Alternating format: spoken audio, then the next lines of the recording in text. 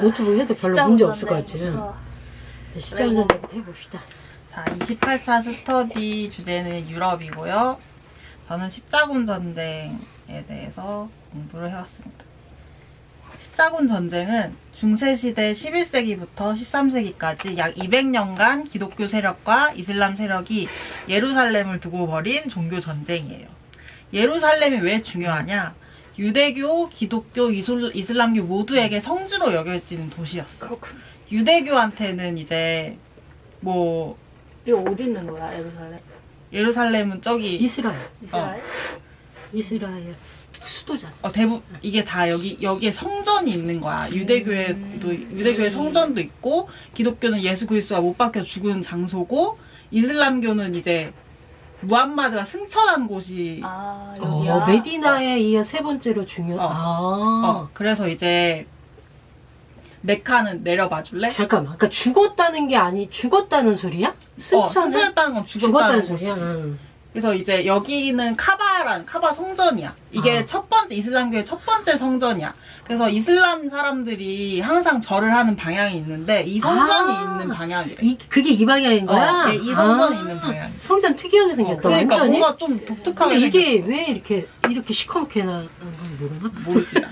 그것까지 조사할 시간 없어. 너무 특이하지 않냐? 그러니까 신기하게 생겼다. 굉장히 특이한데? 약간 가짜 같아. 그래, AI 같은 느낌이 좀 있어. 검은 걸로 이렇게 칠해놓은. 내려갈까요? 진짜겠지. 네, 내려가요. 그래서 이제 이런 곳이라는 걸 알고 이제 예루살렘을 탈환하기 위해서 십자군 전쟁이 벌어진 건데 이제 전쟁의 배경을 보면 이슬람 세력이 예루살렘을 지배하게 돼. 근데 이 7세기 초에는 그래도 기독교인들이 성지순례를 할 수 있도록 자유로웠어. 근데 이제 이슬람을 장악한 셀주크 티르크족이 나타나는데 얘네들은 이제 기독교인들이 성지순례를 금지하게 했대. 그러면 이제 이 사람들이 예루살렘에 가고 싶어하고 막 이런 게 있을 거 아니야. 근데 사실은 이런 얘기도 있어. 이때 이슬람 지역이 내전으로 난리가 난 상황이라서 이게 사람들의 출입을 그러니까 당연하잖아. 위협될 수 있고 외부인이면 이 나라 입장에서는 외부인이면 위협이 될 수도 있으니까 뭐 통행세를 내게 한다든가 막 이런 게 있는 거야. 그냥 내전 상태라서 못 갔던 거야. 그래서 이제 여기가 셀주크 티르크족이고 여기가 예루살렘 여기까지 장악을 한 거지. 거의 끄트머리까지 장악을 한 거야. 여기 이집트. 여기서 내려보면 이제 얘네들이 여기까지 갔으니까 이제 비잔티움 제국까지 넘볼 수 있는 거잖아. 그러니까 얘네들이 신성로마 제국한테 도움을 청하는 내용이 나오는데 이제 셀주크 티르크족의 위협을 느낀 동로마 제국 황제가 교황 우르바누 2세한테 도움을 요청하는 거야. 근데 당시 상황을 보면 서유럽은 11세기에 역동적으로 성장을 했대. 경제적, 사회적 성장을 해서 이제 농업 기술이 발전하고 생산량이 늘고 인구가 증가하고 그에 따라서 영토도 확장되고 위에 올려볼래? 위에 올려보면 엄청 넓잖아. 이게 서유럽. 이게 다 신성 로마 제국이니까 엄청 넓은 거잖아. 그래서 크다. 좀 이렇게 그게 독일이네? 신성 로마 제국이 독일인 거지? 비잔티움 제국. 좀 약간 흔한 상황이었단 말이야. 그러니까 이제 동유럽 사람들이 자기가 위태위태하니까 도와달라 이렇게 요청을 했던 거야. 동유럽이 서유럽. 그래가지고 이제 동유럽. 뭐 이때 로마 교황청은 교황의 힘이 엄청나게 강했다고 하는데 이거 난 조사를 많이 못했어. 그레고리우스 개혁이라는 게 있었대. 그래서 이제 로마 교황청이 그레고리우스 개혁을 통해서 로마 교황청이 이제 유럽 전역에 강력한 영향을 끼치는 그런 중심 기구로 성장을 했다. 상업 도시도 대두되고 있었다. 그러니까 그러겠다. 가장 강력하니까 이런 전쟁을 할 수 있지. 그러니까 성장을 하고 있었다. 서유럽은. 그래서 이제 자기들이 이렇게 계속 성장을 하고 있으니까 좀 어떻게 되겠어. 십자군 전쟁으로 좀 더 자기 힘을 더 확장해보고 싶다 이런 생각이 들 거 아니야. 그래서 이제 동유럽 얘기를 또 해야 되는구나. 동유럽은 이제 내부적 혼란이 있었고 튀르크가 압박을 했는데 이게 만지케르트 전투가 가장 결정적인 역할을 했대. 이때 제국의 가장 부유한 영토였던 소아시아 아나톨리아를 대부분 상실하고 또 이제 로마노스 4세가 포로가 되기도 하고 막 이런 상황이 있어서 이제 동유럽이 좀 힘들었다. 동유럽이 힘들었다. 최고적으로 힘들었다. 그래서 이제 알렉시오스 1세가 그 다음에 나타난 왕인 알렉시오스 1세가 유럽에 요청을 했는데 교황은 이제 생각이 있었지. 물론 이제 비잔티움이 자기들 방파제를 하고 있지만 비잔티움이 먹히면 우리도 어차피 위험해질 테니까 얘들 도와야 한다 이런 얘기를 하면서 이제 자신의 입지를 강화하고 권위를 상승하고 동서교합을 통합하는 기회로 여긴 거야. 우르바노 2세가 약간 이제 뭐라 그래야지 금수저 같은 그런 느낌인 거야. 그래서 이게 막 세속 교회 사람들한테도 약간 접근하기 용이한 사람이었고 해서 적합한 사람이었다 뭐 그런 얘기인데 이거 넘어가도 돼. 넘어가고 올려봐 내가 올려가. 그래서 이제 교황이 거기야. 교황이 이제 클레르몬 공의회에서 성지 탈환을 호소하며 십자군 결성을 하자 이런 얘기를 했어.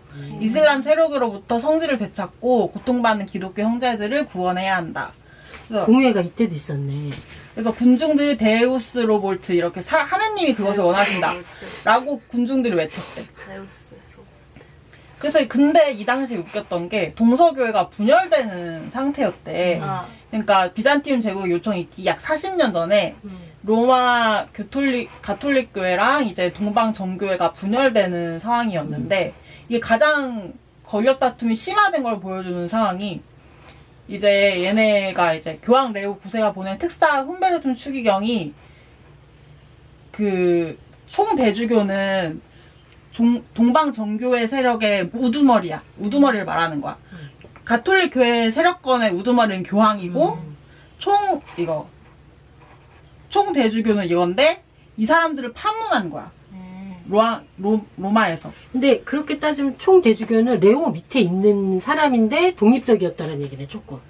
대주교는 그리고 대주교도 교황이 보낸 특사들을 파문했어. 그러니까 이제 서로 엄청나게 분열한 상황이잖아. 그럼 이 교황은 좀 이거를 규합해서 자기 세력을 더 공고히 하고 싶어질 거 아니야.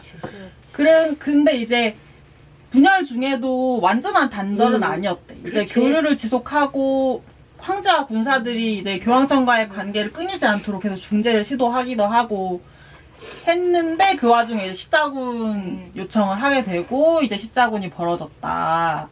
이런 얘기. 이제 십자군 원정을 보면 1차 십자군의 첫 번째로 가장 먼저 갔던 사람들은 민중 십자군이었어. 대부분은 군사훈련을 받지 못한 평민과 농민이었는데 은자 피에르와 같은 설교가들의 선동으로 조직된 민중 집단이 갔는데 비잔티움이 이슬람 영토로 보냈다. 셀주크 튀르크 저쪽으로 가가지고 해봐라 했는데 됐겠냐고. 그치. 다 몰살당하거나 노예로 팔려가거나 10만 명 중에 3천 명만이 살아남았대. 완전히 학살이네. 그러네. 그러니까 이제 얘네들은 다 참패하고 이제 정규군이 나타나는 거야. 그렇군. 얘네들부터가 진짜 이런 거 뭔가 기억난다. 이제 영주와 귀족들이 무기와 장비를 갖춘 정규 십자군을 이끌고 출정을 하는 거야. 근데 이때 비잔티움 황제는 정규 십자군이 다른 마음을 품을까봐 우려해서 군비를 내주는 대신에 니네들이 가는 도중에 얻은 비잔티움 땅들은 비잔티움 제국에 돌려줘야 된다 이런 협약을 맺었어. 근데 웃긴 게 니케아라는 지역이 있었어. 이걸 점령을 앞뒀는데 비잔티움 군대가 먼저 성벽에 깃발을 꽂아. 그리고 우리가 점령했다고 얘기를 하면서 이제 십자군을 불신한 거잖아. 너네가 먼저 꽂았어도 우리한테 줘야 된다 이건데 그거를 못한 내가 먼저 했어. 못 믿는 거야. 그러면서 얘네들은 벌써부터 약간 분열의 모습이 보이지.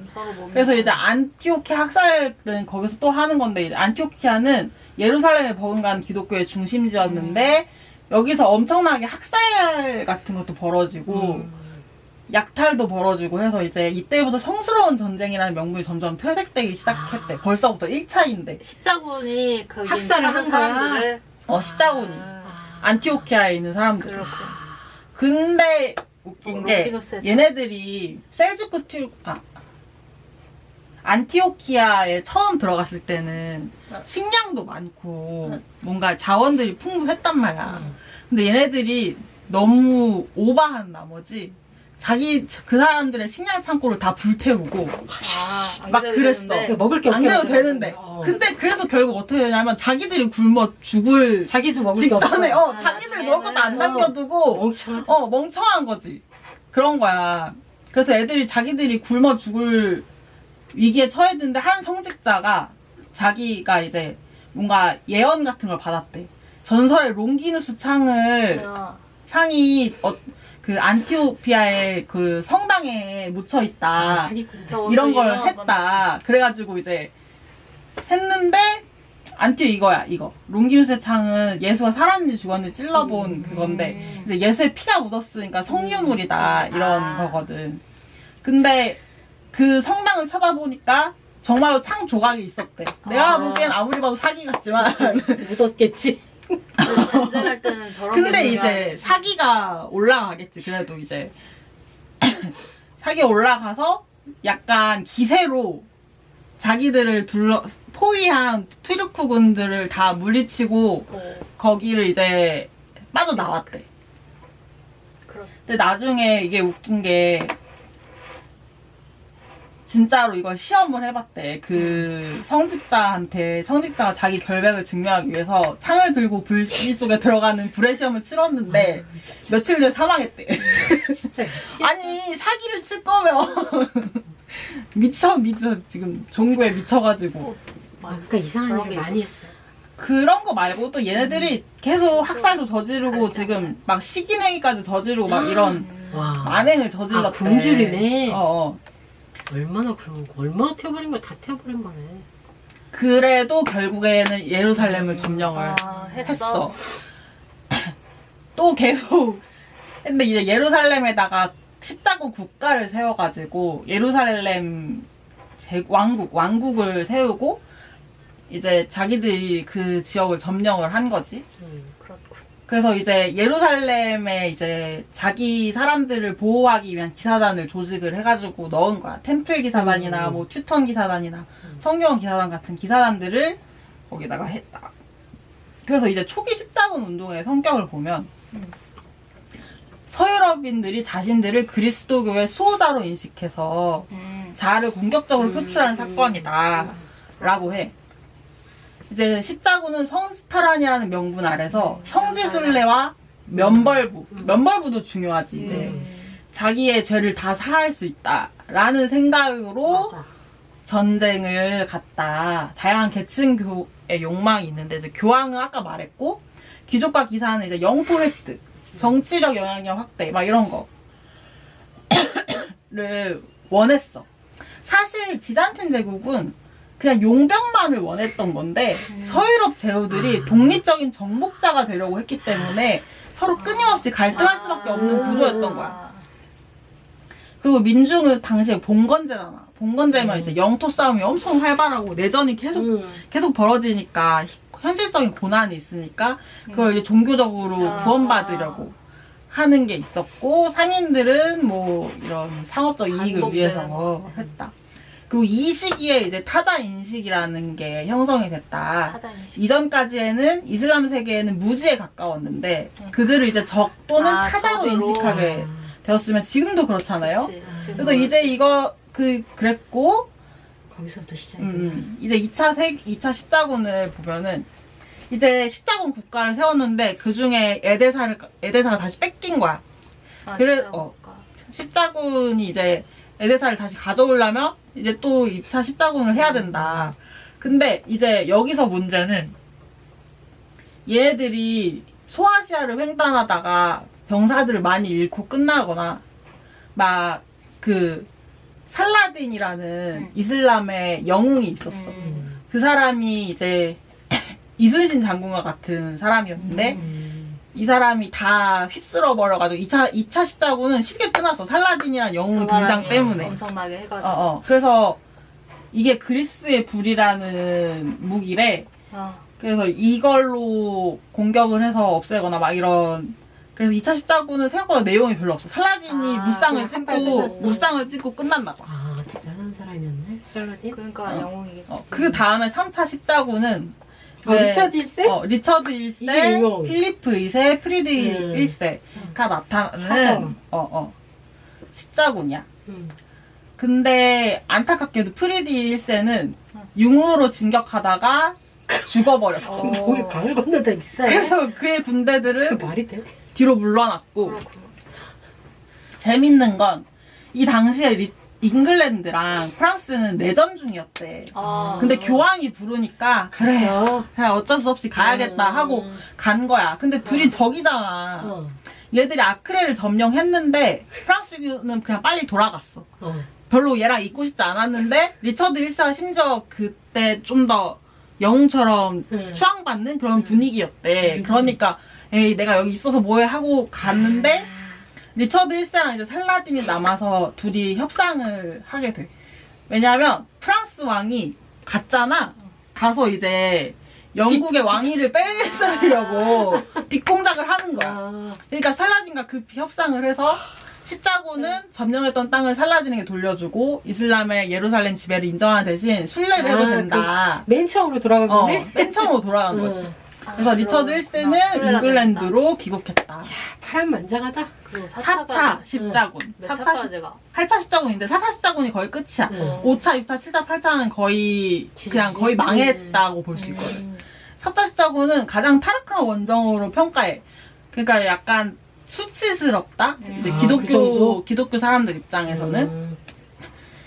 이제 교황 인노첸시오가 젊은 교황인데 이제 신정 정치를 실현하려는 야심이 있었대. 나중에 지금 얘기하겠지만 4차 이후에 교황권이 추락하게 되거든. 욕심을 너무 많이 부렸던 거지. 걔가 말하기를 태양이 달에게 빛을 주는 것처럼 왕은 교황에게서 권위를 얻는다 라고 선언했어. 그러니까 이제 교황이 왕을 인정하면 하느님이 왕을 인정한 거다 이런 식으로 말을 했던 거야.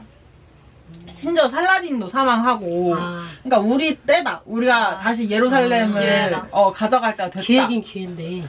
근데 문제는 왕들이 거부를 했어. 이제 지금 3차까지 왔는데 비용도 너무 많이 들었고 지난 원정도 실패를 많이 했고 이랬단 말이야. 그러니까 사람들이 안 되겠어요. 이러고 해서 소수의 프랑스 영주들만 참여를 하게 됐어. 심지어 이집트로 목적지를 변경을 했어. 왜? 예루살렘인데 이집트로 가는 거야. 왜 이집트로 가냐? 예루살렘을 바로 치면 거기서 우리가 버티기가 힘들다. 이집트는 자원이 풍족하니까 이집트에 있는 자원을 지금까지 우리가 경험한 게 있잖아. 우리가 막 자원 부족해서 허덕이고 이런 것들에 대한 것 때문에 이집트를 먼저 쳐서 이집트를 이제 보급로처럼 뚫어놓고 우리나라 예루살렘을 치자 이런 거였는데 문제는 사람들이 그래도 종교인들이잖아. 그러면 예루살렘에 안 가고 이단인 이집트 땅에 간다는 게 좀 꺼려지는 부분들이 저로 가라. 목적과 달라지는 부분이 목적과 있는 거야, 달라지니까 일단은. 좀 그런 것들이 있었을 거란 말이야. 그렇고.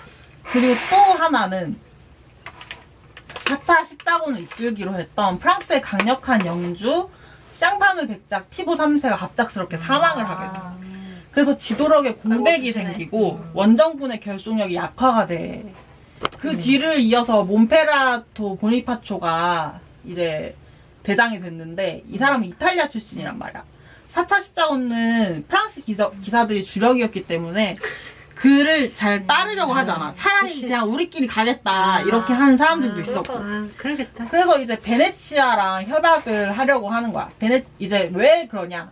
얘네들이 앞선 전투에서 육로로 갈 때 많이 죽었잖아. 소아시아에서 막 전멸당하고 프리디 1세 죽고 그러니까 이제 해상으로 가야겠다.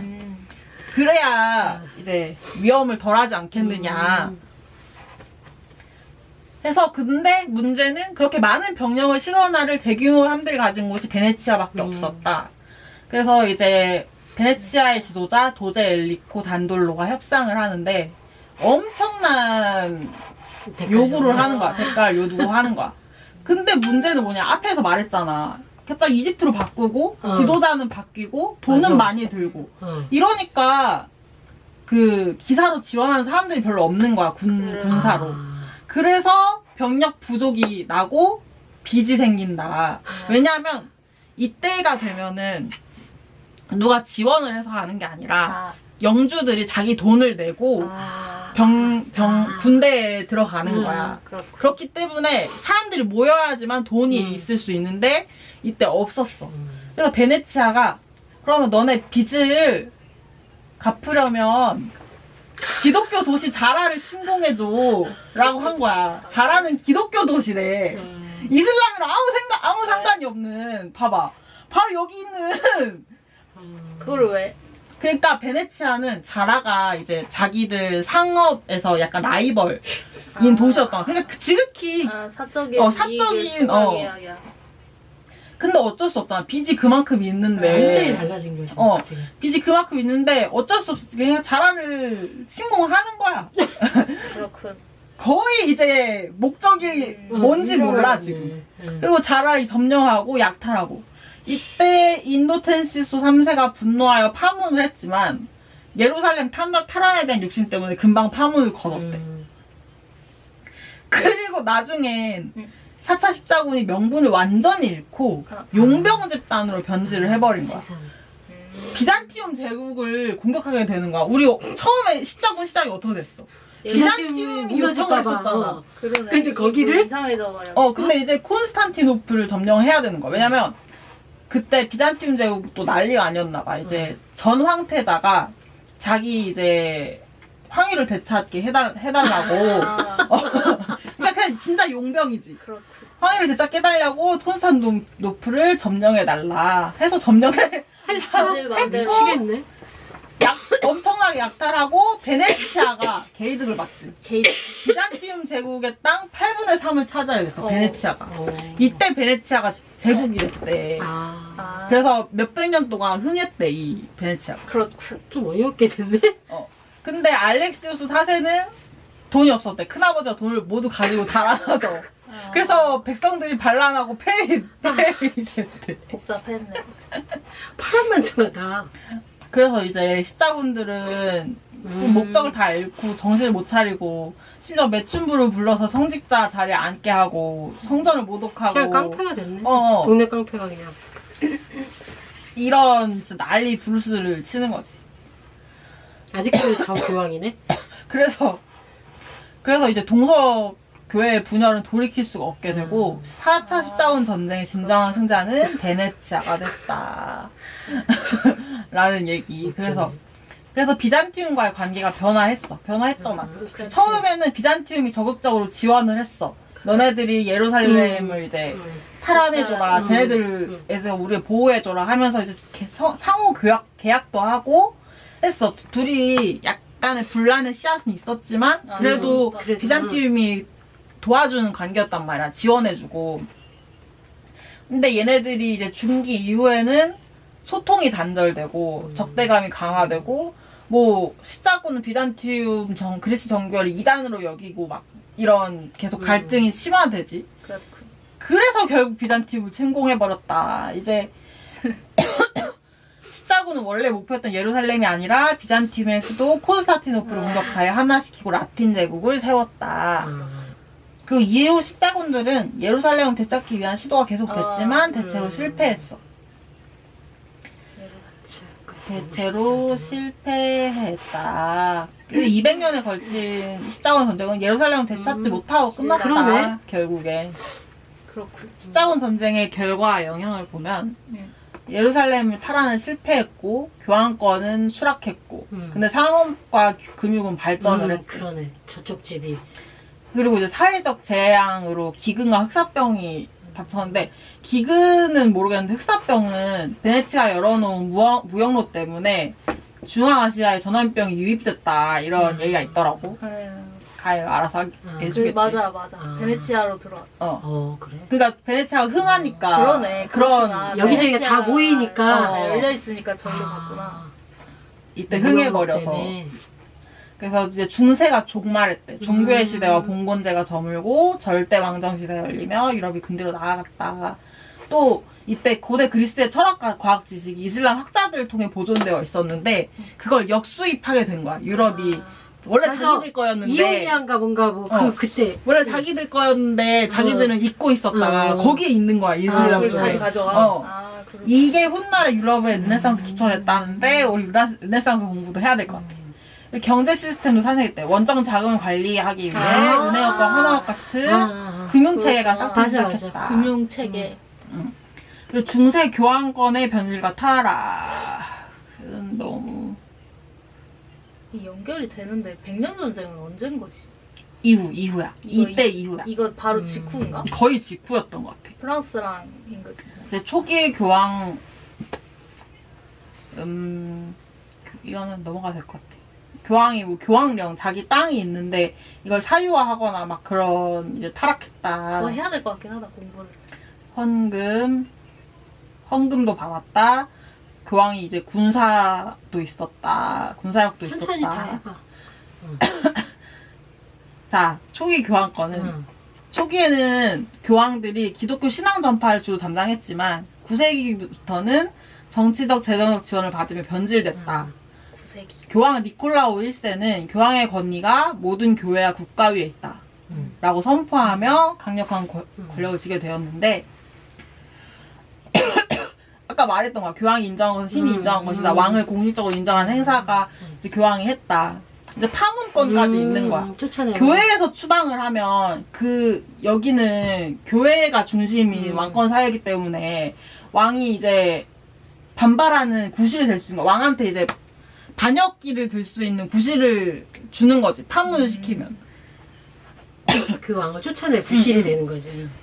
그래서 중세시대 교황은 단순한 지도자가 아니고 황제와 귀족들의 지지를 받으며 점차 정치적인 거물로 변했다. 오빠 읽기만 하는데 이게 뭐냐. 지났다. 거의 다 했던. 교황의 재산 시간 축적은 많아요. 이제 교황령.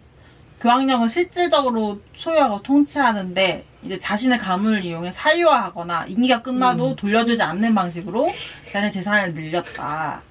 그리고 이제 십자군 전쟁 중 전사한 영주나 기사들의 재산을 양도받거나 전쟁 명목으로 특별 세금을 거두어 로마 바티칸으로 넣었다. 그리고 헌금을 받아서 이제 돈을 계속 축적했다 이런 얘기고 이제 신을 따르지 않는 자들을 응징한다는 명목으로 언제든지 군대를 동원할 수 있었대. 귀족 가문으로부터 기사 부대를 제공받거나 기독교와 교황을 수호하는 전사 수도회와 같은 자체적인 조직을 만들 수 있고 CC연병. 이거는 이제 직접 선거를 됐었어 그때? 그렇고. 오. 콘클라베는 지금도 하는 거잖아. 추기경단들이 하는 거기 때문에 추기경들 자기 세력을 만들어야 된다. 이후에 콘클라베가 된 거구나. 처음엔 직접 선거였고. 성신동도 성직자들이 하다가 그러니까 자기들끼리 그렇구나. 약간 헤쳐먹으려고 그렇게 안 좋게 바뀌었대. 하는 거지. 간접 투표로 바뀌었어. 근데 이제 교황권이 약화됐다. 아비뇽 유수가 뭐냐면 프랑스 필리프 4세가 교황의 거처를 로마에서 맞아. 프랑스 아비뇽으로 강제로 옮기면서 70년간 교황이 머물었대. 이게 교황의 추락을 알리는 사건이다. 교회가 이제 대분열됐다. 교황이 2명, 맞아, 3명 맞아. 막 이렇게 생기면서 교황의 권위가 별로 넣어, 약화됐다. 애를 그냥. 그리고 흑사병도 교황이 너무 무력하잖아. 그래서 사람들이 실망하게 됐다. 해결할 수 없으니까. 해결을 못 해주니까. 교황도. 맞아. 그리고 뭐 콘스탄츠 공유회는 다시 1인 교황 체제로 안정을 하려고 했지만 권위 회복을 실패했다. 재밌는 건 유대교잖아. 우리 처음에 뭐라 그랬어? 기독교와 유대교와 이슬람교의 성전이었다. 근데 딱 아무리 봐도 여기 유대교가 없잖아. 그리고 모든 내용을 다 봐도. 어떻게 됐어, 유대인. 근데. 소마.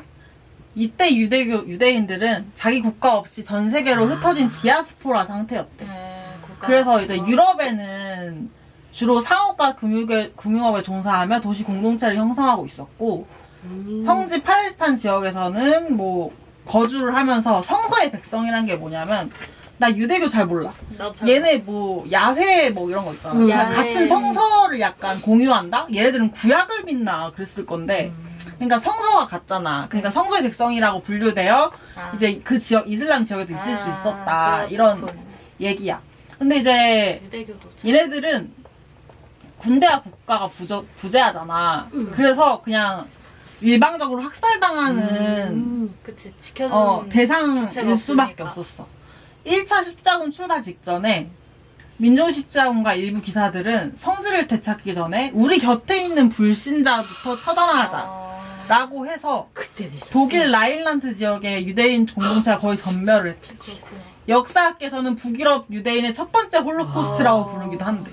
와. 예루살렘에서도 유대인들은 이슬람 교도들과 함께 성벽을 방어했는데 이제 십자군 예루살렘의 유대인들이 그들의 회당에 몰아넣고 산채로 불태워 죽이고, 그러니까 학살당하는 대상 일부로 끝났던 거야 이때 유대인들이. 그렇구나. 21세기 현재에도 역시 이슬람과 이 그리스도교는 앙숙이죠. 9.11 테러, 이라크 전쟁, 심심하면 지금도 사이가 그러네. 이게 구체적인 시작은 십자군 전쟁이다. 저게 그렇지. 왜냐면 그 이전에는 전까지는 서유럽은 잘 몰랐으니까 이슬람 이런 서로 데를. 잘 이 뭐가 첫 없으니까. 대면이 완전 전쟁이 우리가 처한 현실의 역사적 산물이 아. 십자군 전쟁이다. 십자군 전쟁 너무 길어서 그치. 이거보다 훨씬 많이 긴데 내용을 좀 축약해 온 거야. 그러니까 엄청